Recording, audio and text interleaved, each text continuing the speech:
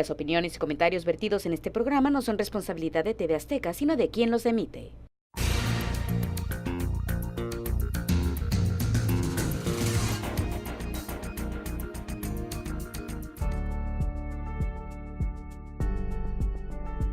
Problemas ambientales. ¿Entramos en la etapa del peligro? Hay quienes de manera irresponsable, desde el púlpito del poder, le quitan importancia al problema, pero también están aquellos que sí nos preocupamos por el estado de nuestra magna casa, el planeta Tierra. ¿Cómo estamos hoy en este 2019? Donde las noticias alarmantes sobre el tema siguen apareciendo en los principales medios masivos del mundo? ¿Seremos capaces de unirnos contra este flagelo que los humanos creamos en estado de inconsciencia? ¿Cuáles son las posibles y parciales soluciones que debemos poner en marcha cuanto antes? Hoy pondremos sobre la mesa este inquietante asunto que nos preocupa por igual. Dos expertos nos platicarán de qué tamaño es el problema y cómo debemos enfrentarlo si no queremos que el medio ambiente se siga deteriorando y aumenten las desgracias.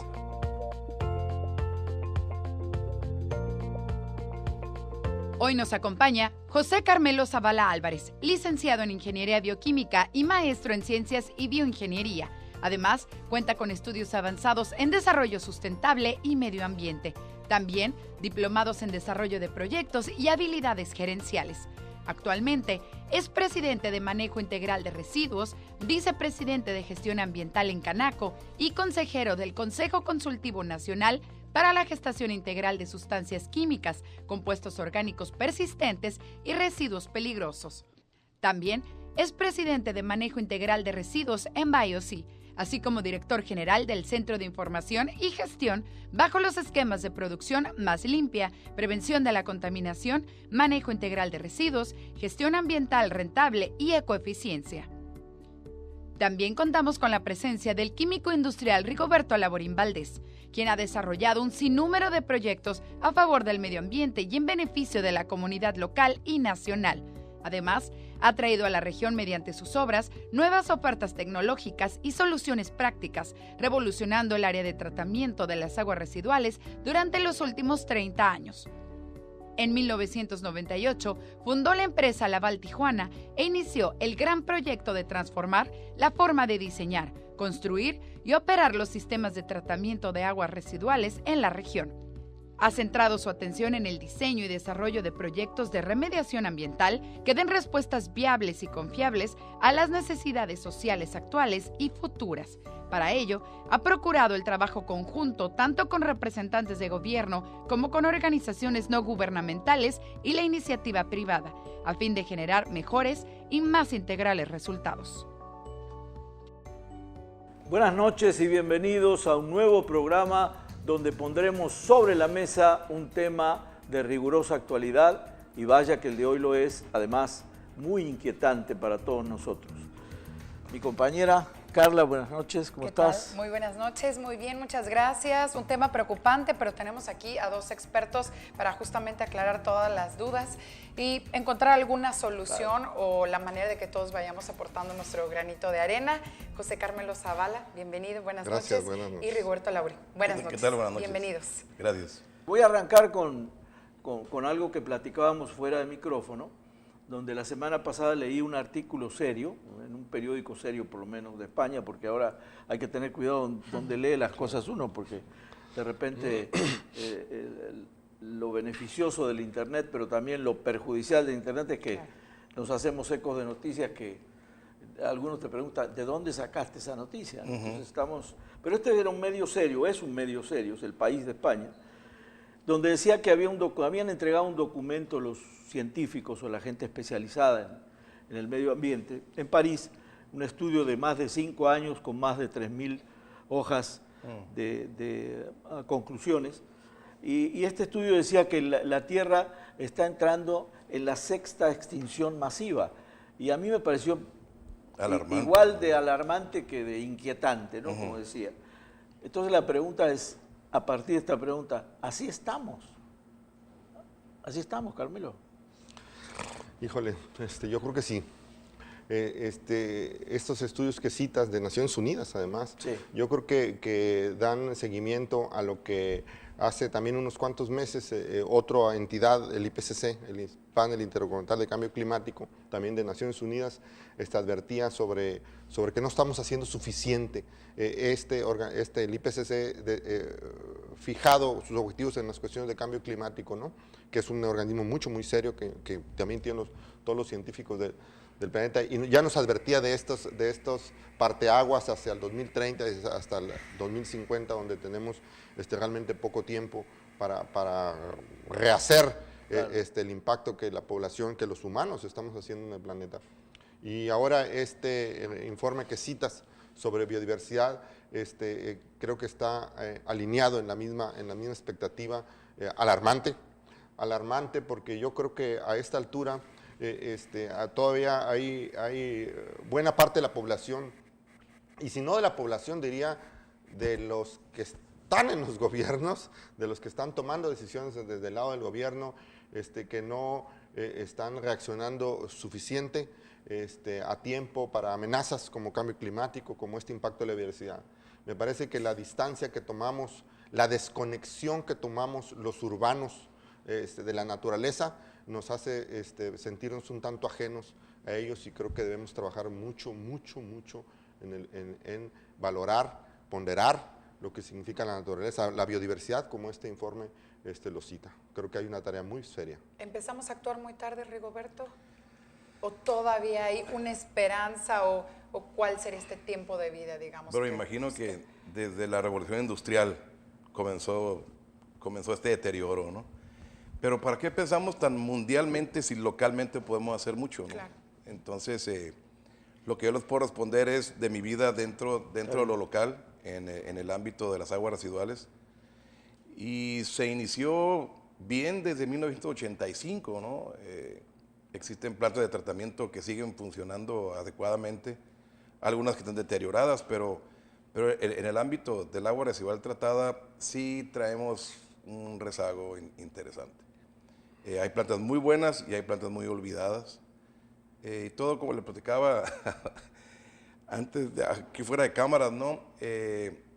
Los sistemas de tratamiento se requieren nada más de dos, una fórmula muy sencilla, ¿no? Voluntad y gestión. Y si no hay una de las dos, se puede complicar el asunto, ¿no? Creo que con esfuerzos conjuntos de varios locales podemos defender este pedacito del mundo, ¿no? Pensar globalmente es muy difícil, ¿no?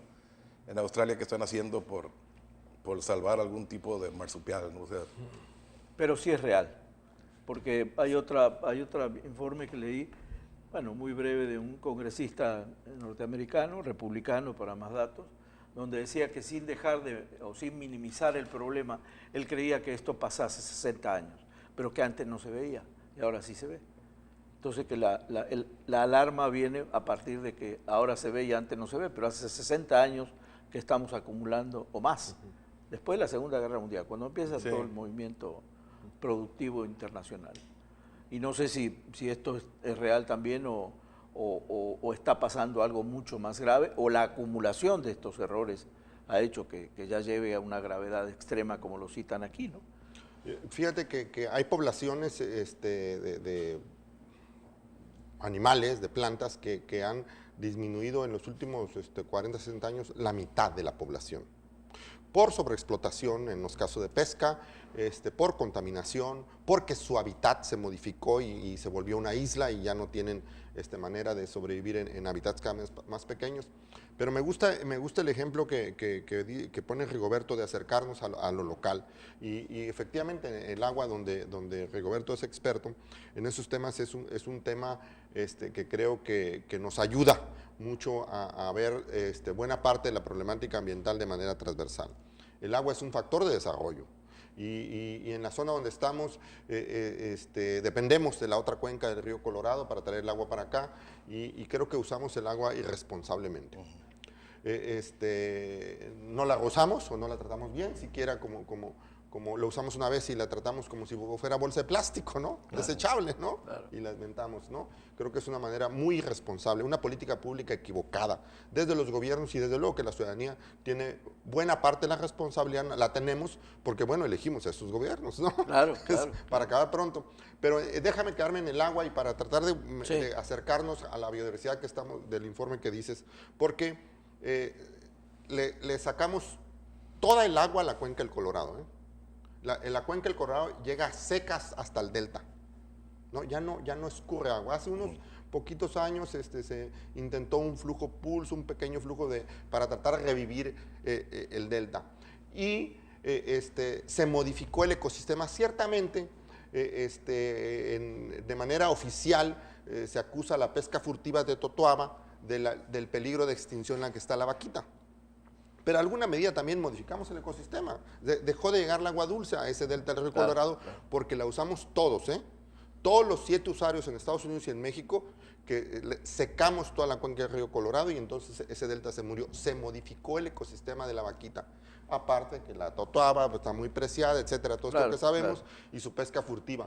Y la vaquita, ¿qué? O sea, es carismático, es bonito, es un pequeñito por ahí, o sea, nos sentimos ajenos, no nos sentimos conectados con la vaquita, todos los que vivimos en la costa. Y podría ser ignorancia, podría ser que está muy ajeno, podría ser que está muy lejos, pero el chiste es que no nos sentimos responsables de eso. Vamos, porque a lo mejor no nos sentimos ni afectados, pero buena parte es no sabemos las conexiones intrínsecas de todo el ecosistema donde nosotros mismos estamos. Claro. No las ponderamos ni las valoramos suficiente, por eso nos sentimos ajenas. Si las abejas se pierden... Ahí le pegaste al tema. Si las abejas se extinguen, o sea, se acaba el mundo. ¿Y qué se podía hacer entonces? Pues, ser más responsables, o sea, el evitar la bolsa no va a ayudar de mucho. O sea, la responsabilidad del reciclaje, de la reutilización de los envases, ahí es donde existen varias empresas en México donde el PET lo reciclan, lo vuelven a vender para hacer otro tipo de productos. O sea, sí existen los medios, ¿verdad? Pero el humano es muy irresponsable. O sea, para mí ese es el problema. O sea, el plástico se le dio mal uso. El plástico es lo mejor que ha existido, pero está muy irresponsable tirado. Yo creo que Rigoberto ha dado el punto clave. Me parece que no hacemos la cuenta completa.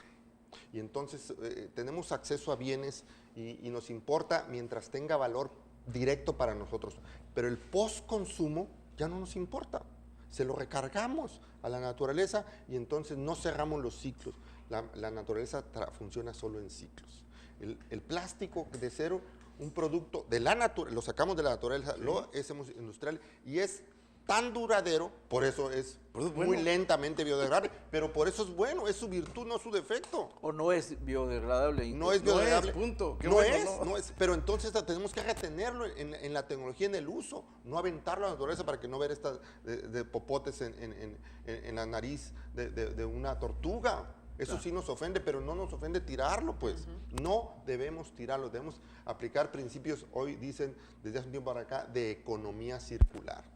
Y así como funciona la naturaleza, efectivamente hay que reivindicar el uso del plástico, pero incluye el postconsumo, incluye lo que después del producto que hacemos con el producto. Sí. Porque el plástico ha sido en conservación de alimentos, en el sector salud, una maravilla y en muchos, un envase que de pesar 6 gramos puede contener 3 o 4 kilos, es maravilloso como envase, pero no me lo tires. Y la campaña, creo, una campaña mundial en la que desde luego México se ha sumado y estados y la ciudad de Tijuana también y otras, creo que han tenido un enfoque ligeramente, sustancialmente equivocado. Me parece que es el postconsumo lo que tenemos que incluir en estos conceptos de economía circular para que después que usamos algo, cualquier cosa, no lo hagamos basura. El grave error entonces fue hacerlo desechable en el mar, o sea, aventarlo, no reciclarlo, no reutilizarlo. Es que el producto con el que hacemos el plástico es el que hacemos desechable. Un popote de una vez y lo tiro a una bolsa, no. el material no es desechable. El mismo apellido del popote, desechable. Claro. Cucharas, desechable. No. O sea, No. es una inducción a desechar algo que se utilizó Claro, una vez. claro. Es una construcción cultural hacer que el plástico es un problema y que no hacernos responsables de postconsumo.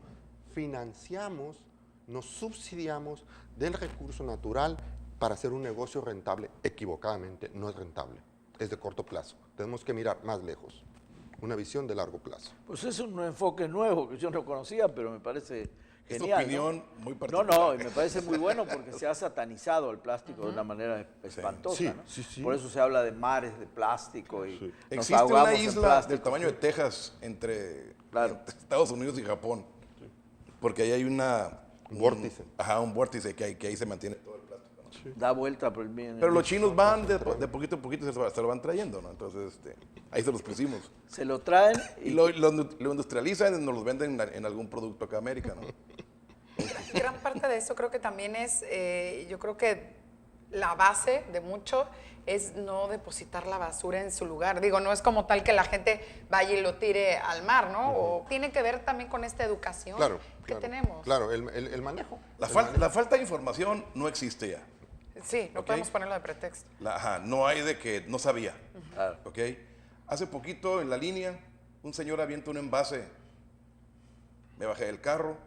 Antes de cruzar, por supuesto. Antes de cruzar, se lo di y le dije, oiga, se le cayó. Dice, no, es que ya estaba vacío.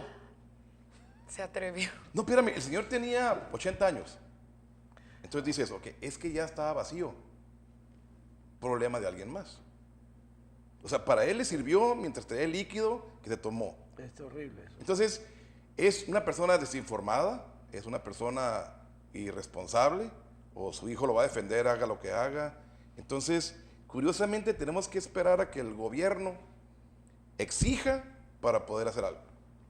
Qué horror. ¿Tú crees que un desarrollador de vivienda va a hacer una planta de tratamiento que cuesta un dineral, nomás por alma verde, por corazón verde de ambiental o de ecológico? No, es porque la autoridad le obliga a que ponga la planta para que no deteriore el medio ambiente, ¿no?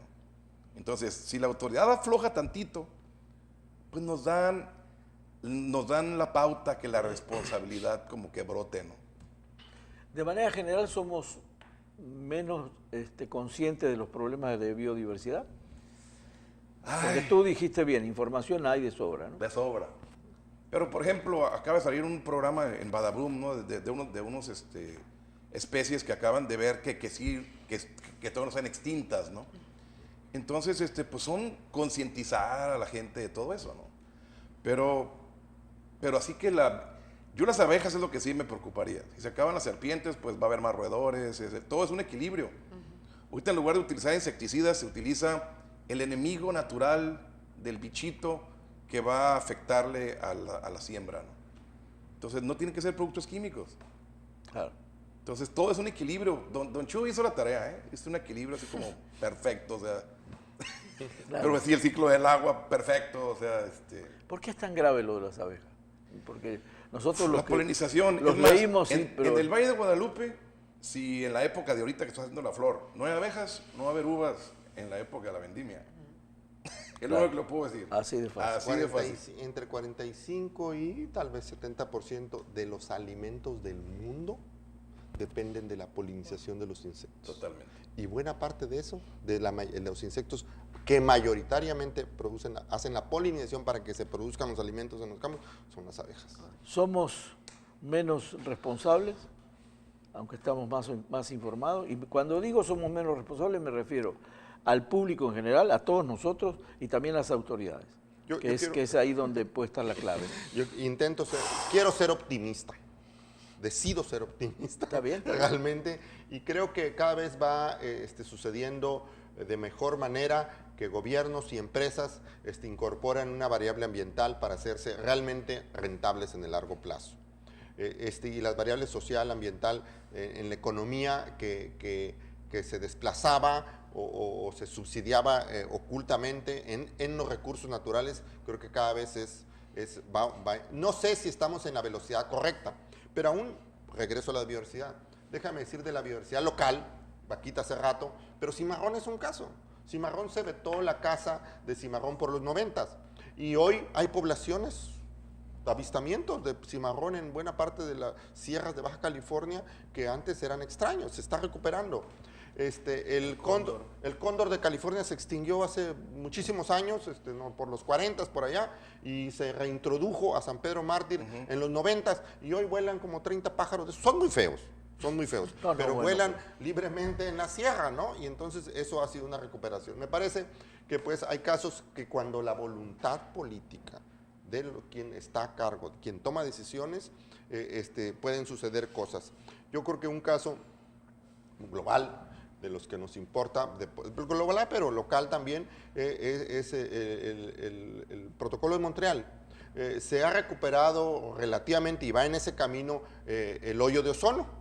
En los 70s, Mario Molina, un mexicano, que tiene premio Nobel de Química del 95, trabajó en cosas que hoy los gobiernos se niegan a financiar, en investigación de ciencia pura, porque él estudió cómo brincan los electrones de los clorofluorocarbonos al ozono en la atmósfera. Eso es algo extremadamente complejo y remoto. En el 75, en el 95 le dieron el premio Nobel por eso. Y en la siguiente generación se transformó la refrigeración del mundo, la tecnología de refrigeración del mundo. Gobiernos, empresas y científicos caminaron porque hoy es un éxito relativo, pero en ese camino va de recuperación, ¿no? Entonces yo creo que la ingeniería tiene respuestas, que hay manera de compensar, de mitigar y que vamos a encontrarlas en ese camino. Si pensara localmente, seguro tenemos tareas, serias tareas, esto del plástico, el agua localmente, no rehusar el agua, no tratarla bien y no rehusarla es una barbaridad en la costa, aquí en Tijuana, y lo hacemos de muchas, las pérdidas, es más, don José Chichone, no solamente no rehusarlas, la pérdida en las fugas de la distribución de agua, es insultante. Y no vemos, ¿por qué? Porque en esta administración estatal tenemos ya 5, ¿no? 5 directores en el organismo operador. Sí. No está profesionalizada las estructuras de gobierno en áreas técnicas que necesitan estar profesionalizadas para tener visión de largo plazo. Nos tenemos que ir a corte, pero les voy a dejar una pregunta para el regreso. ¿Qué tanto hay, y precisamente ya me invadiste un poco la pregunta, porque qué tanto las autoridades están conscientes y qué tanto nos perjudican los cambios constantes de gobierno, que parece que el que llega no sabe el que hizo atrás, o el que llega con ideas disruptivas o innovadoras y cambia todo lo que se hizo. Lo dejamos para, si te parece. Seguimos desmenuzando este tema, quédese con nosotros, esto es Sobre la Mesa.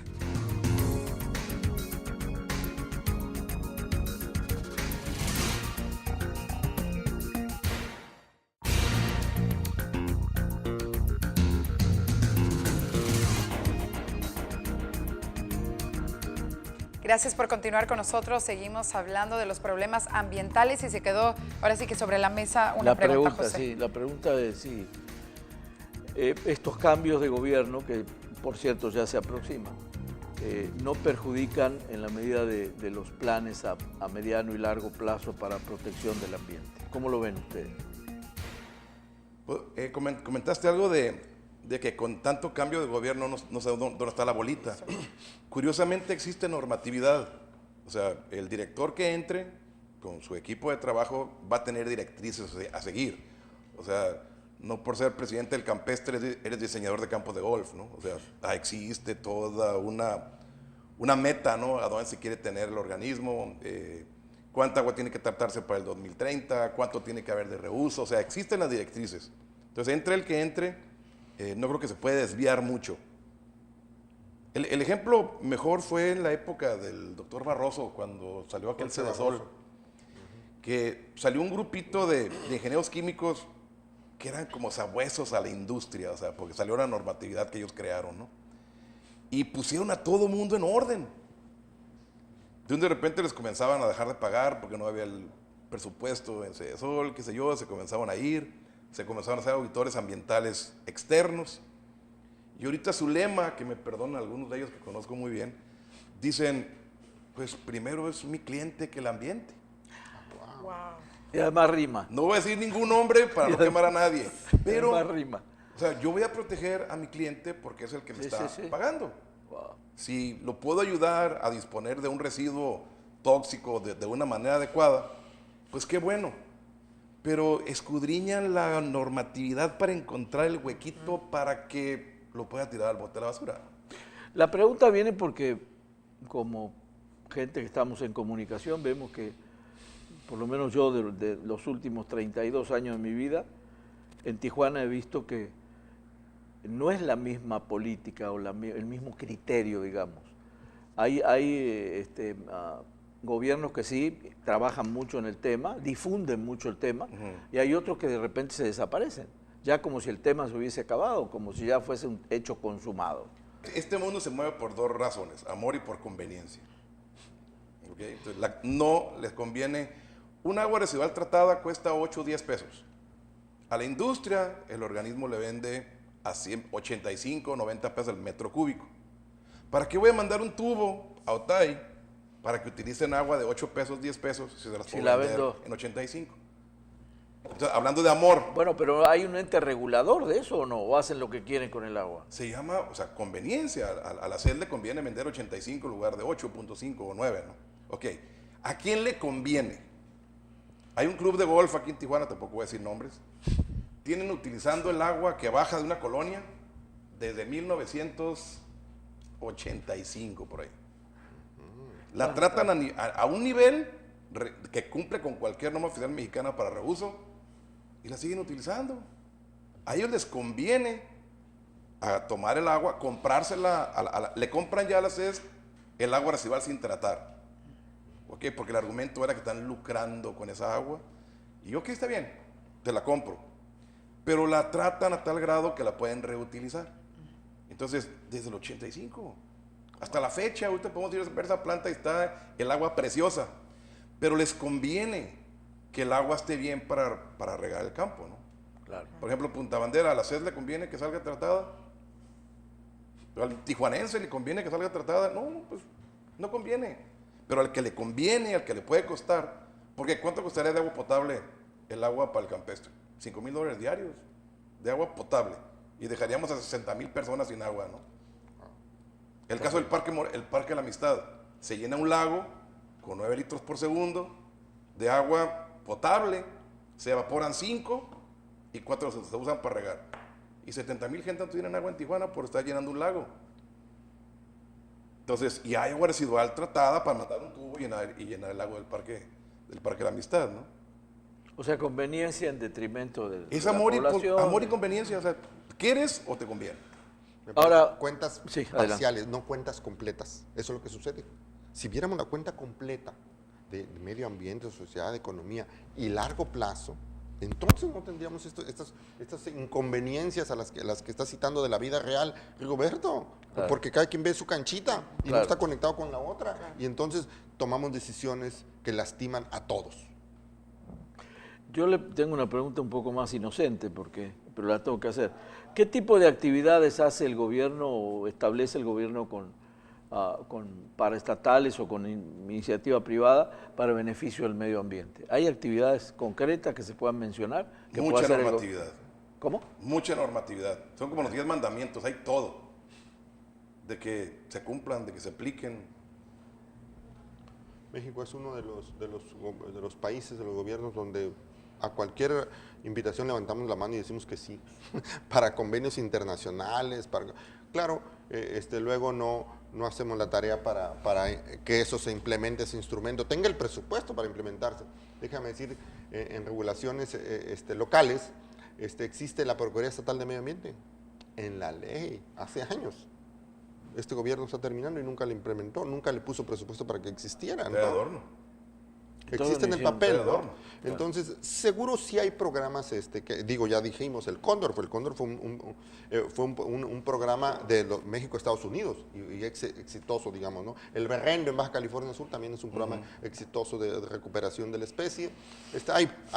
Hay sus programas en ese sentido. Seguro la tarea es descomunal y por eso pues seguimos desde la opinión pública, desde fuera, insistiendo con con algunos temas. Localmente me parece que una manera de enfrentar con seriedad el manejo de plásticos o el manejo de cualquier otra manera es separar los residuos que generamos, no mezclarlos, porque mezclarlos hace que luego sea muy costosa la separación para reusarlos o para reciclar lo que sea. Y entonces, eso es una competencia municipal, los residuos sólidos urbanos. Claro. ¿Y cuál gobierno local, municipal, se ha aventado ese? No lo hacen. Sí se implementa. Y hay tambos azules y verdes y amarillos y de todos colores. Y están gráficos.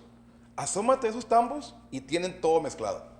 O sea, ¿es falta de información? Claro, no se cumple con... O sea, no es falta de información. O sea, es... Desdén. La gente no le hace caso. ¿Para qué? O sea, yo me acuerdo en la escuela de mi hija, cuando estaba bebita, la maestra separaba todo por diferentes colores y traían de su casa cartones, cosas plásticos. Llegaba el camión de la basura y ¡pum! Todas las bolsas para donde mismo. Pero esa es la excusa que dice mucha gente. ¿Para qué la separo si al final los de la basura la van a mezclar? Pero entonces, pues creo que esa tampoco debe ser la respuesta, ¿no? Hay que hacer en su área de competencia cada quien su parte. Ahorita Rigoberto ponía este ejemplo, digo, yo lo vi en mi escuela, lo sigo viendo en la escuela de mis sobrinos, incluso nosotros, al menos en casa, sí tenemos este hábito del plástico, al menos, ¿no? Necesitamos más materias para que los niños vayan aprendiendo desde pequeños a proteger al medio ambiente, porque muchos de nosotros no lo tuvimos, antes no había este problema, no pensabas en que si desechabas o utilizabas tanto plástico ibas a hacer daño al mar, a los peces. En nuestra generación, estoy hablando acá de mi amigo y yo, en la época de Berkeley, hasta un logotipo de Ecology salió y la palabra ecología ni siquiera sabía era nuevo. Claro, qué significaba, ¿no? Es verdad. Entonces, de aquellas épocas para acá, 80, 79, 78, ahorita la información no falta, o sea, realmente es irresponsabilidad. Tú estás ligado a la Cámara de Comercio. Sí, soy vicepresidente de gestión ambiental en la Canaco. La primera vez que existe una vicepresidencia de ese tipo en la Canaco. Eso es muy bueno. Ahora, ¿qué hacen las empresas en este sentido? Yo creo que en el sistema mexicano las empresas se pelean muchas veces por sobrevivir. Y eso hace que se financien no solo con los impuestos, no solo con el IVA, no solo con el ISR, sino se financian también con los recursos naturales. Menos de diferentes escalas sucede. Pero yo creo que aún con esa advertencia que digo, con ese dicho, cada vez va incorporándose más el criterio de sustentabilidad o sostenibilidad en las empresas, tanto que organismos empresariales que antes eran ajenos al tema, pues hoy lo ponen en escala nacional, en escala local y va incorporando ese tema. Yo quiero mantener ese optimismo porque me parece que en el ánimo de mantenernos activos, no solo la necedad de la parte técnica que la estudiamos, pues a lo mejor hace mucho tiempo, me parece que ahora estos medios de comunicación, ¿no? Estas maneras de que la información se disemina fácilmente en todas partes, no diría que toda la información es útil.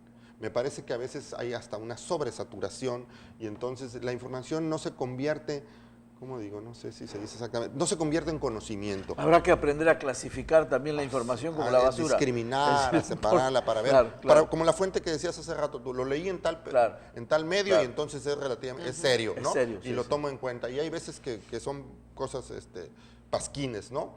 Me parece que la política toda, y la política ambiental también, desde luego, adolece de credibilidad. Los políticos han desperdiciado el diccionario, lo han pervertido y entonces por eso pues ahora nos cuesta mucho trabajo creer, ¿no? Han lastimado el genérico, ¿no? La política no es mala, la política es buenísima, pero lo lastimaron, le hicieron daño al genérico y es como un mal médico, un mal, no sé. Sí, en esa terapia de recuperación estamos, ¿no? No hemos terminado, ¿no? Ahora, yo veo que cuando hablas de empresa o cuando hablamos de empresa socialmente responsable, también debe ser no solamente para tener bien a los que trabajan, para darles sus beneficios sociales, sino para esa porción del medio ambiente, ¿o no? Sí, totalmente. Sí, totalmente. Entraría también en eso. Sí, yo podría decirlo, intentar resumirlo, sintetizarlo. No hay un negocio que prospere en una sociedad fracturada. Claro.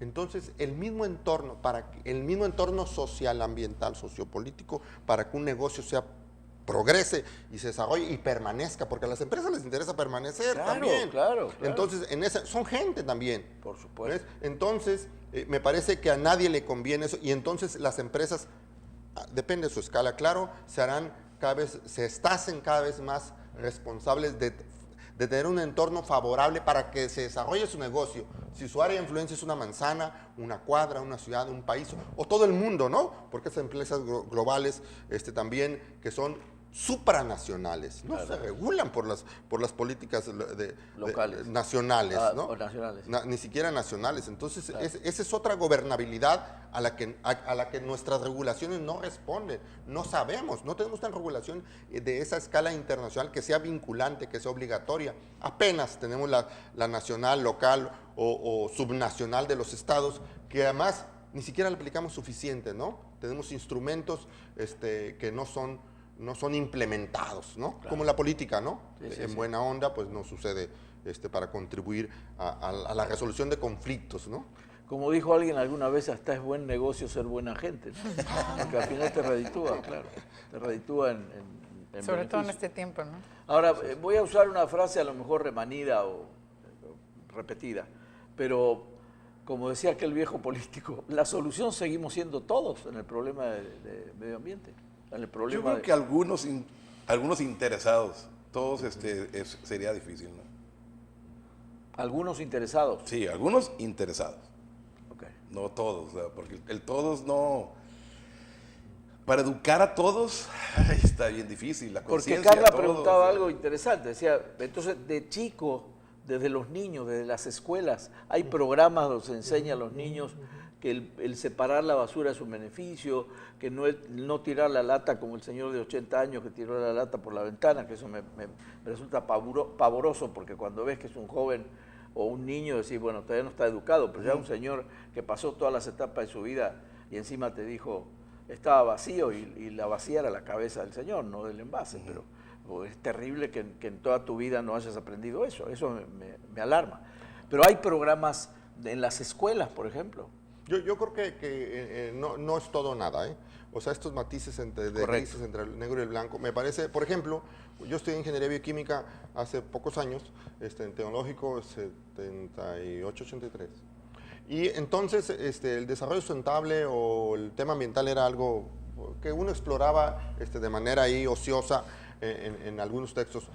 Y hoy existe la materia de desarrollo sustentable en el tecnológico en todas las licenciaturas. Y en la UABC también existen en muchas licenciaturas que uno no se imagina. Turismo, antes pensamos que nomás era para los bioquímicos, ¿no? O para los ingenieros químicos, estos temas. No, hoy la arquitectura, la biología, la economía, la sociología, han comprendido que el tema ambiental, la sustentabilidad, hay que manejarla de manera transversal en todas las áreas de la administración pública o del conocimiento. Yo por eso creo que sí se avanza, seguro.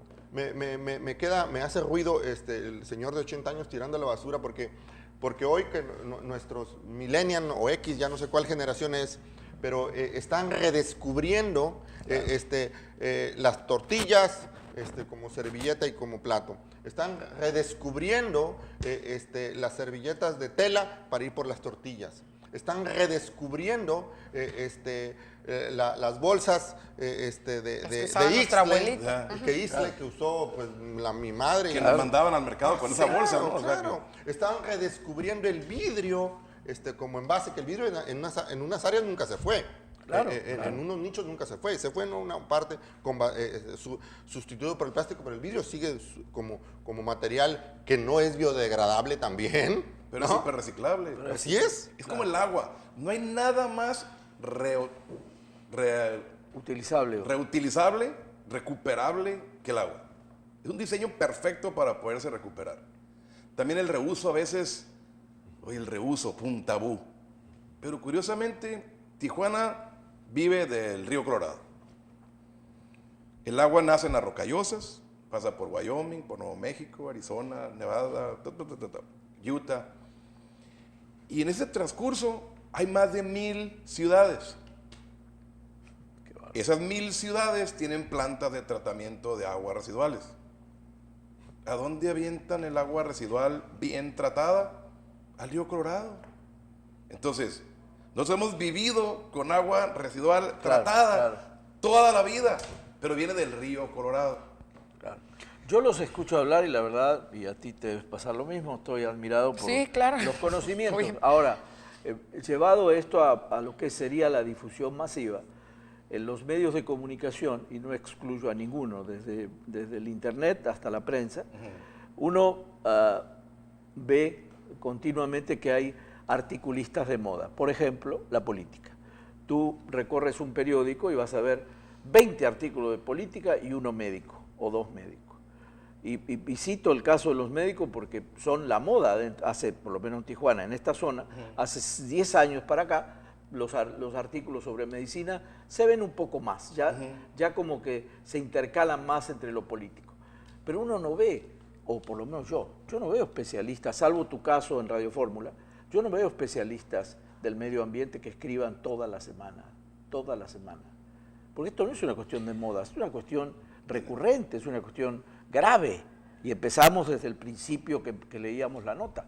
Entonces, ¿por qué los especialistas no se dedican a escribir en los medios? O para el medio no es negocio hablar sobre el medio ambiente. O a lo mejor yo estoy equivocado, corrígeme. Yo desde mi punto de vista también en esta pregunta, yo sí he visto, o a lo mejor es muy por encima, influencers, artistas, que está de moda a lo mejor por estar vigente, ¿no? Por decir, yo soy verde, estoy en pro del medio ambiente, la protección de animales, de reutilizar, pero no es suficiente con esto, es solo por encima. Un influencer es alguien que también se puso de moda, pero no necesariamente es un especialista en el exacto, medio ambiente. Por eso digo, a pesar de que ellos lo están poniendo de moda. Los influencers, etcétera, ¿no? En 1980 se me ocurrió diseñar una caricaturita con la intención de conquistar a una muchacha, ¿no? Que ahora es mi esposa. Qué bueno que aclaraste. Resultó. Eso. Qué bueno que aclaraste, si entonces, no te van a reciclar. No sale entonces, curiosamente, cuando no se acabó el amor, sino cumplió su propósito este personaje, dije, bueno, ¿ahora qué lo dedico? ¿Cuánto nos queda? No, continúa. Dije, ¿ahora qué lo dedico? Bueno, ¿qué tal si hago una columna ambiental para chamaquitos? Entonces fui a hablar al periódico Mexicano, tenían un suplemento dominical que se llama Mexicanito. Sí, lo recuerdo. Y me dejaron hacer unos artículos de mi personaje, donde había personajes buenos. Se llamaba Lippy, porque yo soy como estoy muy trompudo, me decían que una boca con patas, entonces dibujé una boca con patas. Esa fue la razón. Entonces se llamaba Lippy, como el Lippy, pero había Lippys buenos y Lippys malos. Los Lippys malos trataban de destruir el medio ambiente. Tenía un personaje que se llamaba 502, como el freón que se echaba la capa de ozono. O sea, estaba muy documentado. Entonces, yo fascinado, Y cuando se me ocurrió rentar un P.O. Box aquí aquí en el correo, pues mi primera cartita para mí así fue como, wow. Claro. Una chamaquita me hizo caso o me mandó una cartita y Lippy esto y bla, bla, bla. Nunca supieron, yo era, ¿ok? Nadie hasta ahorita saben que Lippy era yo, ¿ok? Entonces, a la semana que entra, 2 sobres. De repente me dijeron en el correo, ¿sabes qué, Rigo? Volteé para allá. Esos costales son tuyos. Wow. Y ya no te queremos, ¿no? Entonces, en eso entra la época cibernética y se me ocurre poner Lippy@Telnor, no me acuerdo qué era. Y surprise, me comenzaron a criticar la ortografía, me hicieron como pedazos, ¿no? De repente llegó, era tanto el fan mail que no podía trabajar. Wow. Entonces en el 98, cuando el Mundial de Francia, uno de mis personajes era Luis Hernández, era Luipi Hernández, o sea, porque todos tenían que tener Lippy. Claro. Había desde el Indiana Jones hasta los que se pueden imaginar que era un arqueólogo, ¿no?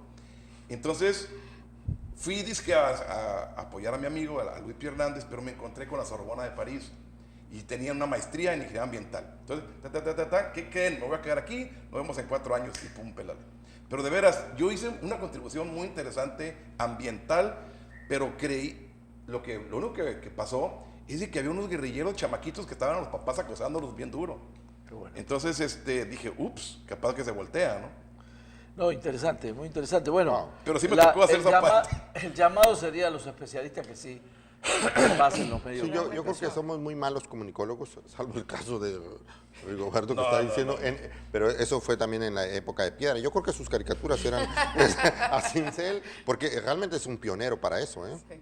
En esos años el tema no estaba... Pero cada uno, tú tienes tu granito de arena ahí los días que estás en Radio Fórmula, hace una capsulita, pero que uno va recogiendo enseñanzas, que es lo que fundamentalmente hace a la comunicación masiva. Es decir, cuando vas sembrando enseñanzas por ahí de gente que conoce el medio ambiente. Como tenemos poco tiempo, me queda una pregunta que Adelante. ¿el planeta tiene fecha de caducidad? Sí. ¿Cuál sería? Ok, si se acaban los humanos, el planeta se recupera en 50 años. Esa es una buena respuesta. O sea, es lo único que les puedo decir. Si se acaban los humanos. O sea, somos Pero en nosotros. 50 Pero si años- seguimos nosotros- Pero en 50 años seguimos como estamos, no lo vamos a acabar. Creo que 50. los informes a los que citas están pronosticando un punto de quiebre para el 2050. Me parece que efectivamente la especie humana es unos segundos en la edad geológica. No pintamos realmente, pero si eso parece remoto y no entendible o difícil de entender, entonces nomás con que veamos el Freeway 5, al llegar a entrar a Tijuana, dejaron de usarse unos carriles. Y en cuanto dejaron de usar esos carriles, la hierba está creciendo entre las juntas de las carreras. ¿Ves? Y digo, ahí lo vemos. Pero si queremos ver más espectacular, Chernobyl. No quedó nada. Claro. Y 35 años o 40 años, no sé cuánto hace, 30 y tantos años, y está la naturaleza imponiéndose. O sea, la naturaleza puede más que, Se va a imponer. que la Sí, mala sí, sí. voluntad. No de somos los- ajenos nosotros a la naturaleza. Somos parte. Sí, va a desaparecer la raza humana, pero no el planeta. Ok, nos sacamos a nosotros mismos. Pero no solo se va a acabamos con el reponer pero Yo creo que en 50 años Yo creo se que los repone. métodos de control de población, guerras o desastres o pestes o enfermedades han funcionado como un termómetro, aunque sea macabro, pero el siguiente, así como el 2050 que estamos poniendo de ejemplo para biodiversidad o para cambio climático, también el 2050 la gente que trabaja microbiología lo está poniendo donde los antibióticos, donde las cepas resistentes a antibióticos van a causar muertes por el orden de los 10 millones de personas y va a ser la mayor causa de muerte de la humanidad en el 2050. También uso irresponsable de los antibióticos en los alimentos y la automedicación, etcétera. Entonces tenemos muchas amenazas en que ocuparnos. Espero que en programas como invitados como nos ayuden a que, diría Hacienda, a que la base gravable crezca y la opinión pública esté más interesada en esa y de así decida por los gobiernos, por la gente que pone en el gobierno, sea más responsable también en su toma de decisiones. Es la palabra, responsabilidad. Ahí todo se... Como el tema es Se recurrente, vamos a recurrir otra vez a los señores en poco tiempo porque me pareció muy interesante todo lo que... Y nos falta tiempo, evidentemente, con todo lo que hay en esas dos cabezas. Muchas gracias. No, gracias a ustedes. Gracias, de los Carla. programas que se me han ido más rápido. Más rápido. Muchísimas gracias y bueno, Gracias. la atención a ustedes. Sí, Un no libro todo por es parte medio del señor ambiente, por José eso le damos Chicón. para que se lean un poquito de... Gracias por gracias. haber estado con nosotros, de no, verdad. y invítanos por más seguido. Aportar. De veras, tenemos mucho que aportar. Sí, de verdad. Muy Muchísimas gracias. Gracias, Gracias, José. gracias, Buenas Carla. noches. Gracias a usted también por su sintonía y nos vemos la siguiente semana aquí sobre Mesa.